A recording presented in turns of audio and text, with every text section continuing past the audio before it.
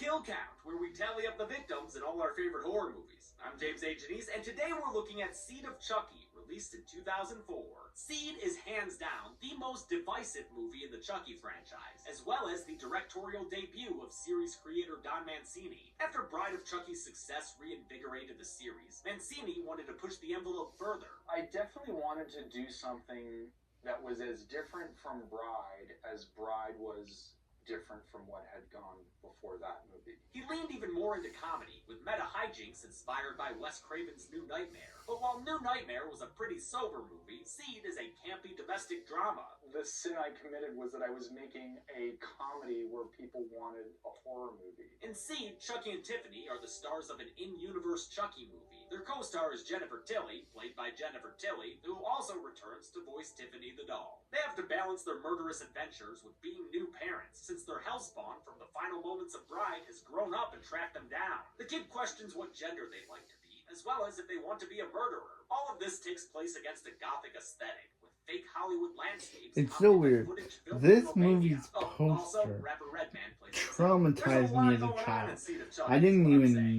I just only saw this I enjoy its additions to the Chucky poster. lore. Gwen/Glenda, as voiced by Billy Boyd, is a delight, And also- and more Tiffany is always a plus. Jennifer Tilly and Brad Dourif keep up the high-quality voice acting we've come to expect of them. What is this shit? But there's still something just off enough about this movie that keeps me from loving it. Maybe too many of the jokes fall flat for me. But violence is bad. Not violence.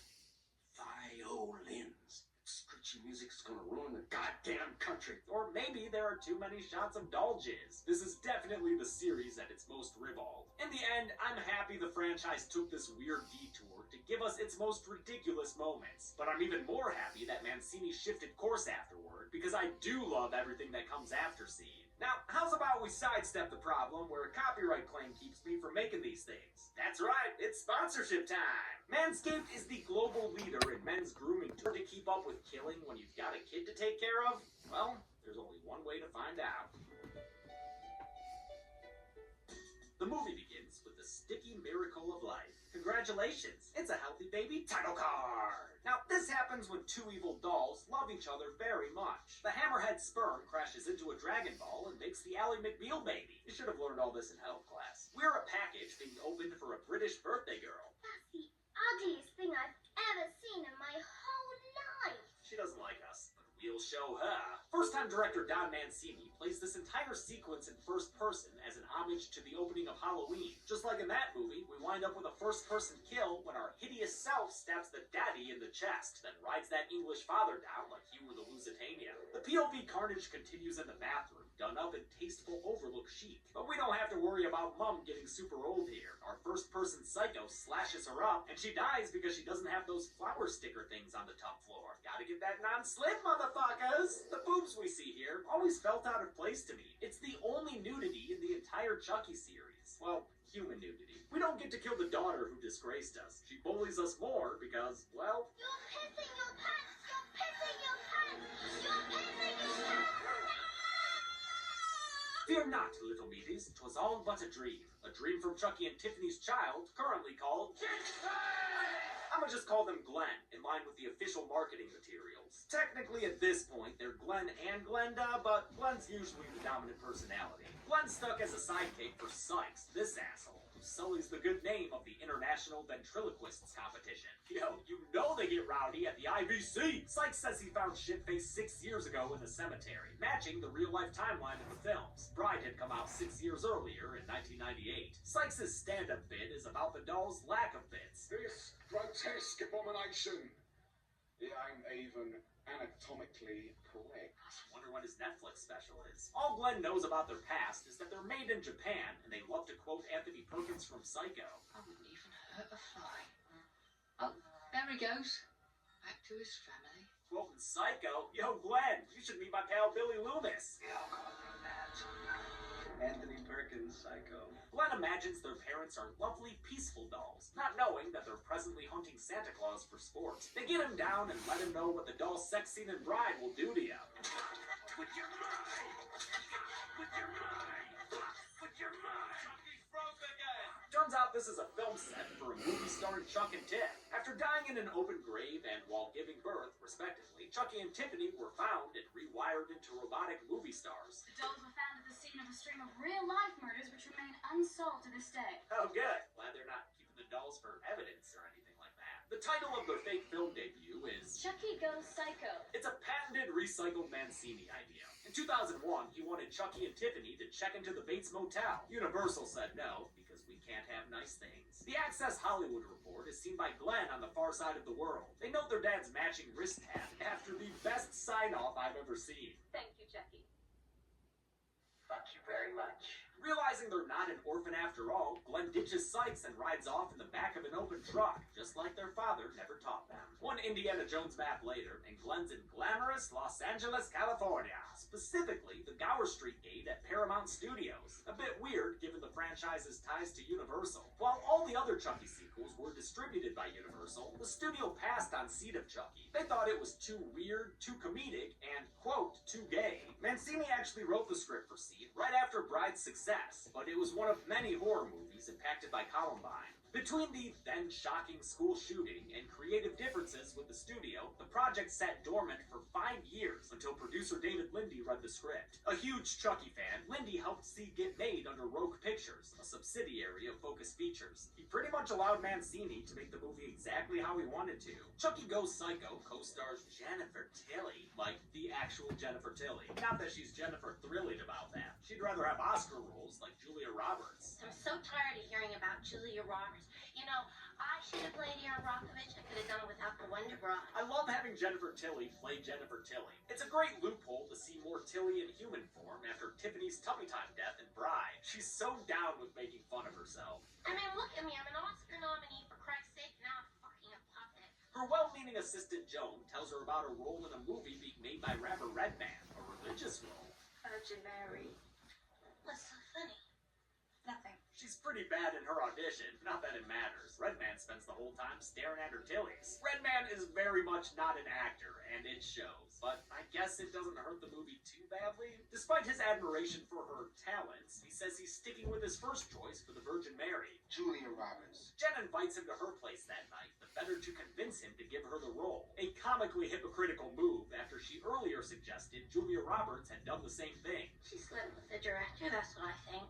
Jennifer, you know that's not true. Mancini had to add those qualifiers to this combo to cover his ass legally. The studio made us add the line with her assistant says, well, you know that's not true.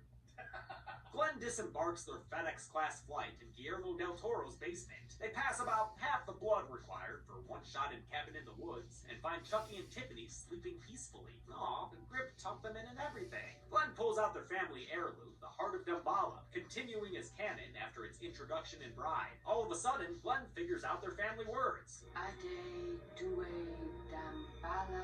Hey, Editor Josh, what's our incantation count up to at this point? At this point in the series, we're at 10. Thanks, bud. The spell works immediately. Presto, your parents. Who the hell are you? Shit face.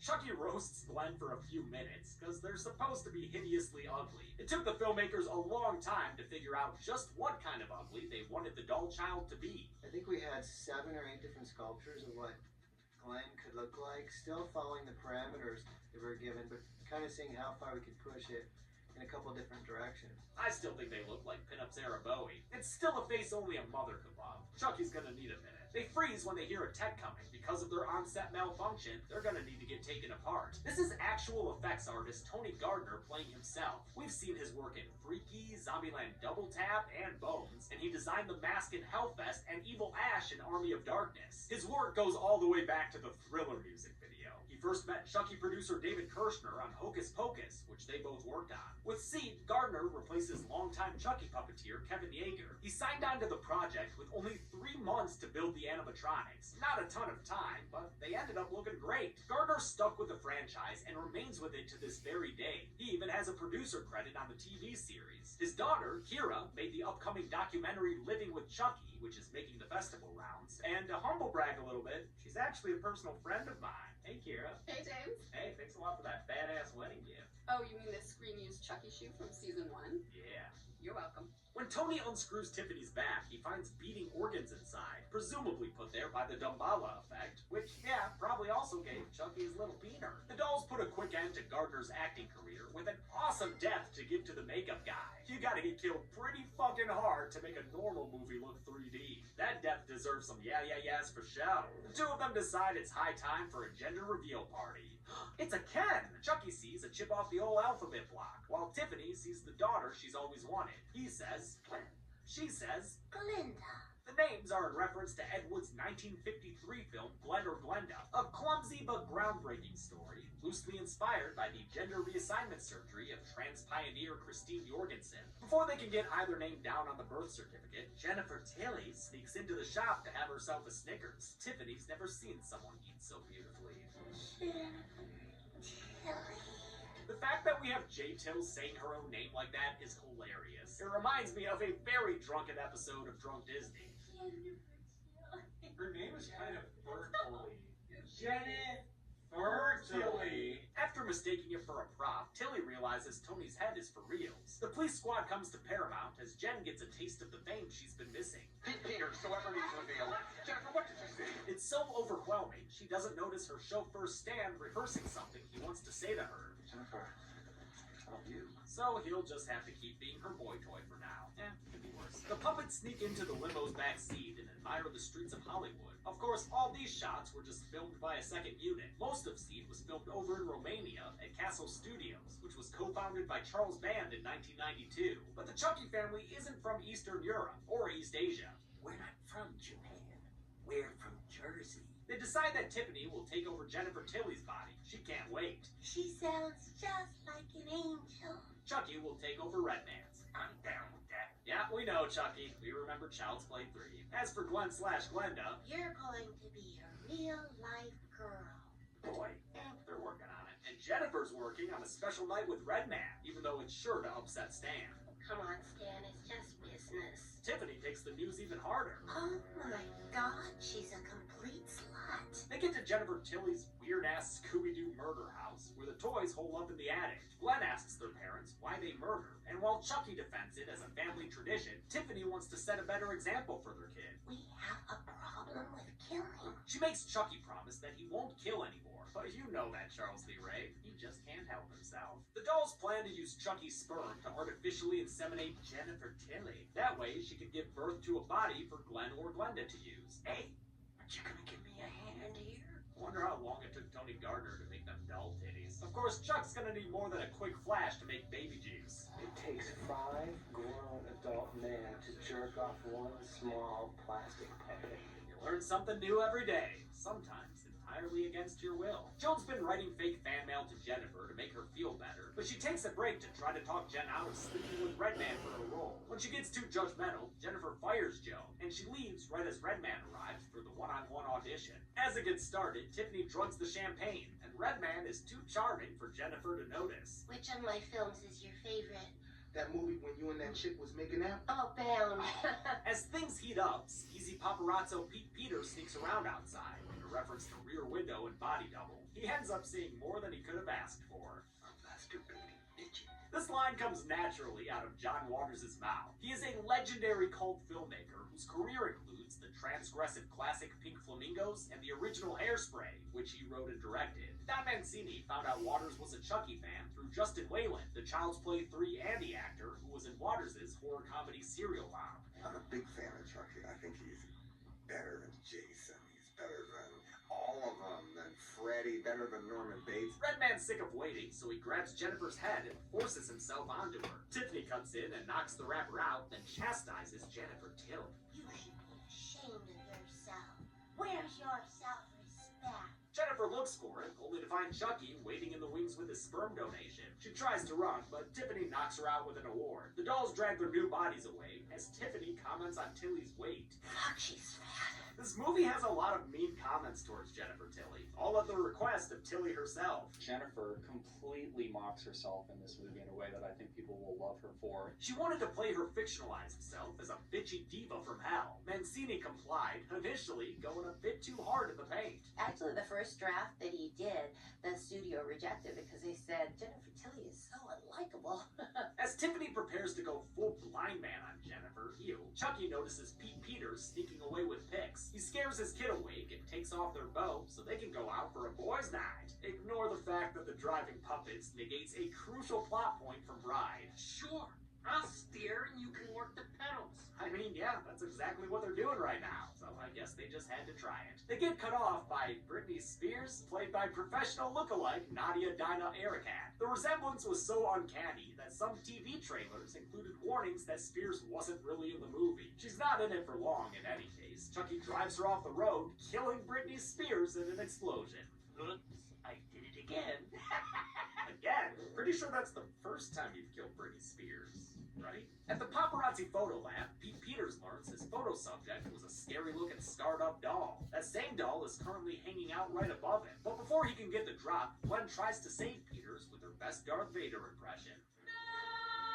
The ambush startles Peters back into a rack of sulfuric acid. Gotta be careful with those chemicals, Double P. That's how you end up looking like a supervillain. And you don't need a coin toss to know he did. Chucky is one proud papa. You're a fucking natural. He takes an old-fashioned selfie to commemorate baby's first kill. Back at the maternity ward, Tiffany gives herself over to the 12 steps for her murder addiction. She calls up the widow of Officer Bailey, the cop she killed in the beginning of Bride, and tries to make amends. It goes well, for her at least. I feel better already. Jennifer and Redman wake up with no memory of the toy assault. The signs of pregnancy are already there. She's thrown up in her bedazzled Jennifer Tilly bag. By dinner, Jennifer's learned the truth. I'm pregnant. She ain't no liar, but Redman says he can't be the Red Dad because he's had a vasectomy. Despite her going method with an immaculate conception, Redman fires Jennifer on the spot. Tiffany overhears and struggles with her murder sobriety. I like how this is played sincerely. Tilly's voice acting makes Tiffany sympathetic as she has a genuine connection with the recovery hotline operator. But I'm not beating myself up over it. You know why, Tiffany? Why? Because Rome wasn't built in a day. With permission to slip every once in a while, Tiffany allows herself to give Redman a second vasectomy. See, that's why you go to a licensed professional to get the snip, even if the surgery's cheaper in Romania. Don Mancini originally wanted Quentin Tarantino for the meta-director role. That would have been much better, but hey, at least Redman was into it. Opportunity knocked on my door for Chucky. I was like, I am there. You know, I go down in history for being with a Chucky movie. Tiffany wants to keep this killing hush-hush, but Glenn's already eye-twitching from the stress. Calm down, Glenn. This ain't any worse than what they put on daytime TV. They're executing Martha Stewart this morning. I don't know if that's a misunderstanding or if it's what's actually happening in this universe, but I do know Tiffany must be distressed. Who the fuck is Martha Stewart? My idol. Since this is a voodoo pregnancy, it's accelerated. Jennifer ain't got a baby bump. She's rocking a baby boulder. She calls Joan to freak out, but Tiffany hops on the other line and turns it into a who's on first routine. Is it Redman's? No, it's definitely not Redman's. What? It's definitely not Redman's. What an asshole. What makes you say that? Say what? Before they can figure out what's on second, Chucky pounces on Jennifer and rides her like a pregnant mechanical bull. Tiffany has to come up with an excuse for all the yelling. The Bound is on cable. Gina Gershon is fingering me. They reference Bound so much in this movie and the Chucky TV series that I'm glad it's gonna have a nice payoff. Looks like Gina Gershon will make an appearance in Chucky Season 2. Chucky ties up Tilly and tries to grope her, the nasty little son of a bitch. Tiffany stops him, but what really upsets her is when she finds the picture of Chucky and Glenn with Pete Peters' body. From here on out, Seed of Chucky turns from a silly slasher into a violent soap opera. It just seemed natural that we would now evolve into a domestic drama. It won't be to everyone's liking, but it's an interesting part of Chucky history. Another argument over gender is broken up by Glenn/Glenda, who says they're not interested in choosing. Sometimes I feel like a boy. Sometimes I feel like a girl. Can I be both? Yeah, why not? Don Mancini based Glenda's genderqueer struggle on his own experience coming out as gay. That's why I'll mention things like the fact that Don's gay. It informs his work. It's not part of some stupid, insidious agenda, you fake babies. Now, changing gender norms is one thing, but Chucky draws the line at pacifism. He's done pretending he doesn't want to murder. It's not an addiction. It is a choice. And it is not something that you should have to hide in the closet. Aw shit, there's a dead man in the closet! And Tiffany's got some splaining to do. Since they don't have a body for Chucky anymore, they call up Jennifer's dopey chauffeur Stan. One black and white Hollywood sign storm later, they're ready to start swapping. Or, not like couple swapping. Well, I guess in a way sort of couple swapping. A lot of this movie takes place at Jennifer Tilly's mansion, a full-scale Spanish colonial home that production built on a soundstage. It helps that Castle Studios had the second biggest soundstage in Europe after Pinewood's 007 stage. The old Hollywood home and its outside was built to recreate a corner of Beverly Hills, with palm trees shipped in from Egypt. Again, I think it looks weird and artificial, but it's meant to. The locations are stylized environments, just like the dolls are stylized human beings. Working on a soundstage was necessary, since sets had to be built 6 feet off the ground, so the puppeteers could be underneath. A lot of the floors on set had removable tiles to make running cables easier. Making a Chucky movie is as much about engineering as it is about art. Lightning knocks out the power, and Joan the assistant knocks at the door. Chucky volunteers to kill Joan himself, so Tiffany won't have to call another hotline. Before he can get at her with a knife, she's toasted by a can of hairspray and an open flame. Joan backs up to the banister and for some reason climbs over it to fall to her death, sending her to S Club heaven. I always felt bad about this kill since Joan was so put upon and didn't deserve this. But that's the point. Mancini used this kill to remind the audience the dolls are in fact the bad guys, no matter how much they make us laugh with their crazy antics. Chucky tries to comfort his relapsed wife as only Charles Lee Ray can, by admitting to a few extra murders he's been hiding in the closet. When did these kills even happen? He's been alive for like 2 days. But it wasn't Tiff who fired Joan. Glenn? Guess again, Daddy. Glenda? That's my name. Don't you wear it out. Mom and Pop are dumbfounded, but Glenda's already onto the quips. I'm a real lady killer, if you catch my drift. Possessed playthings grow up so fast. Turns out Glenn is the eye-twitching softie, and Glenda is the homicidal maniac bubbling underneath the surface. Her bloodlust has been keeping Glenn awake at night with violent nightmares. Tiffany smacks her son back to the wheel, and his reaction is heartbreaking. What am I? Glenn/Glenda is voiced by Billy Boyd, only a year after the last Lord of the Rings movie came out. Yeah, Chucky's gender-fluid kid is the fool of a took. His performance is just as good as Brad Dourif's and Jennifer Tilly's, able to switch seamlessly between funny and heartfelt. Boyd recorded his dialogue over 3 days in a session by himself in London. Yeah, Dad. It'll be fun. For Glenn's voice, the Scottish actor went with a Dickensian affect as requested by Mancini. For Glenda, he found inspiration from Brenda Blethyn's character in Secret and Lies. Oh, you didn't have to do that, sweetheart. As the parents argue about their doll kid, their human kid finally arrives, fresh out the tilly. It's a boy. A boy. Oh, thank God. But wait a minute, are those more slip and slide noises I hear? It's a girl. It's a Christmas movie within a movie miracle. With more than enough bodies here, it's time for the post-gestation incantation. And because there are twins, Glenn and Glenda can use both bodies. They don't have to choose a gender. Isn't that great, Chuck? Between the police and the pronouns, Chucky snaps. Everybody,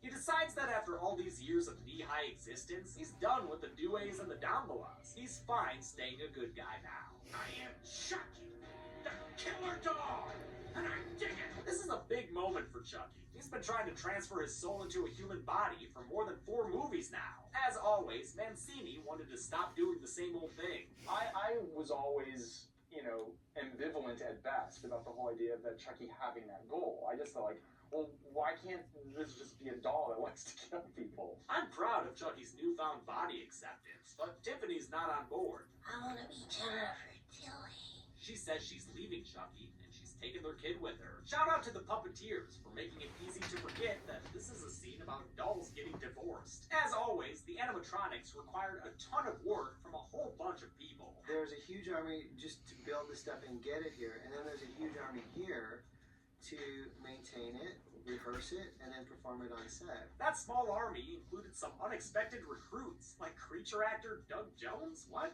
I'm working on Tiffany's glamorous arms. Chucky and Tiffany were matched to their bride versions, but with a slight Hollywood makeover befitting of their movie star status. Upgrades were made to make them more expressive, especially Tiffany, which Jennifer Tilly was really happy about. All 3 doll characters had multiple heads, some neutral, at least one screaming, and several sets of limbs to perform different actions. Various doll types were made, way, including mechanical ones, rod puppets, and floppy versions. I know you've heard all this in previous Chucky kill counts, but personally, I never get tired of seeing all these people work together to bring the dolls to life. The threat of divorce awakens Chucky's inner maniac.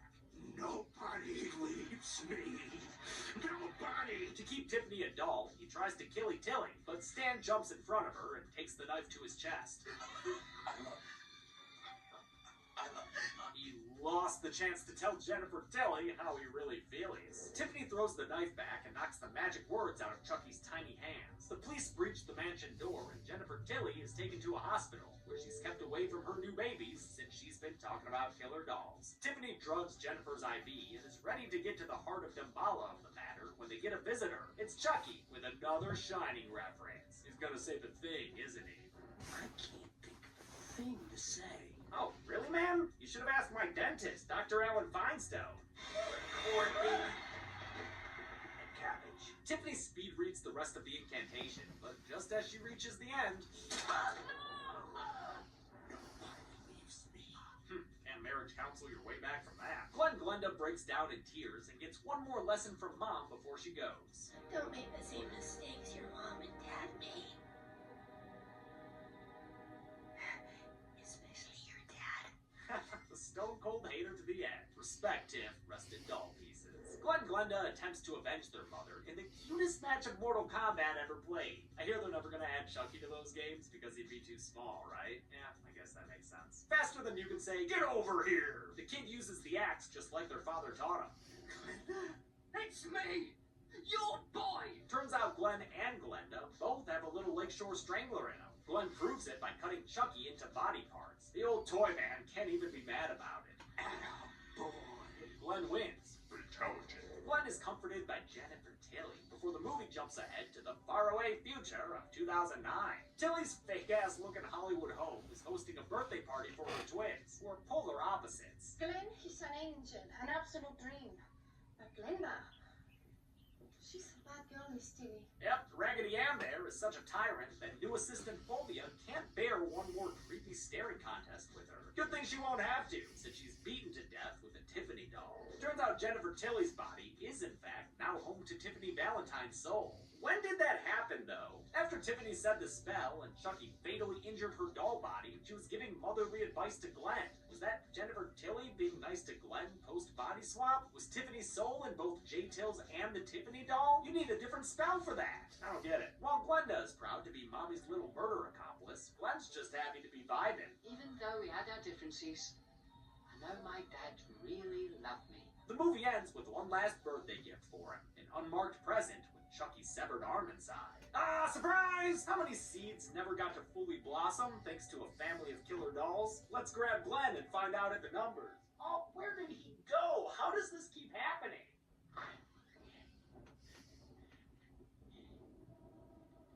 I don't have time for this shit.